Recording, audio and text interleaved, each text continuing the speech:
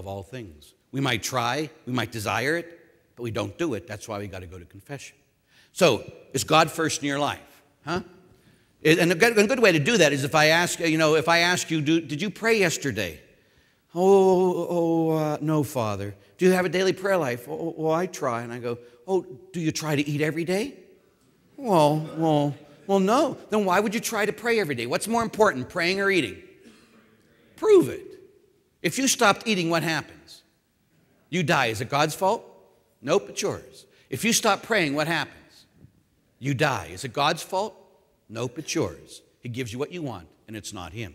So that's never fitting God into your day. It's not like, oh, I'm going to try. Gentlemen, it's bull crap. When you sit there and try to pray, you're not a man of God. You need to sit there and build your life around God every day. First thing you do is pray. Stop the darn excuses. That's enough.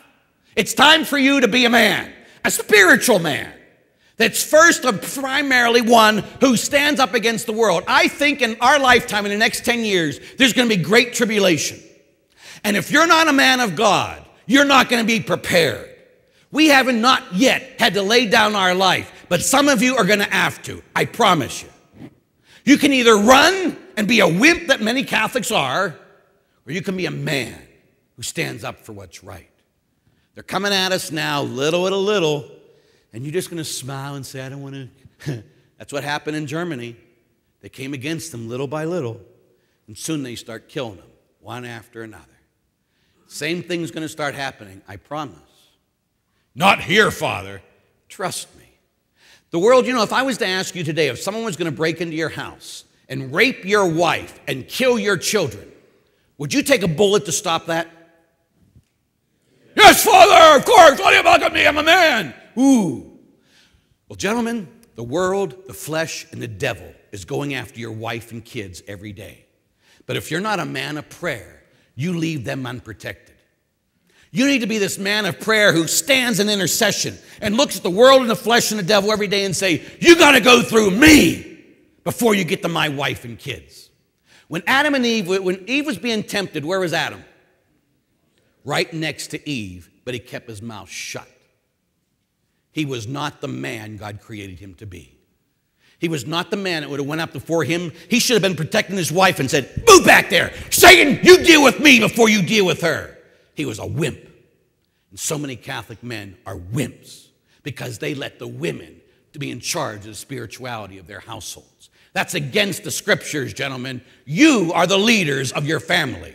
That's the way God created it. And if you're being a wimpy man and not being a man of prayer, you are not doing your job. You must protect your family by being men of prayer. So this day forward for the rest of your life, you better darn well promise God that there will never be another day you try to pray. You'll pray, period.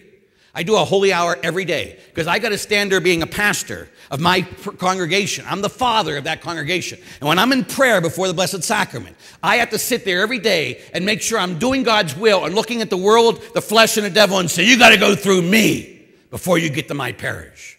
Don't you dare. We need to start being men.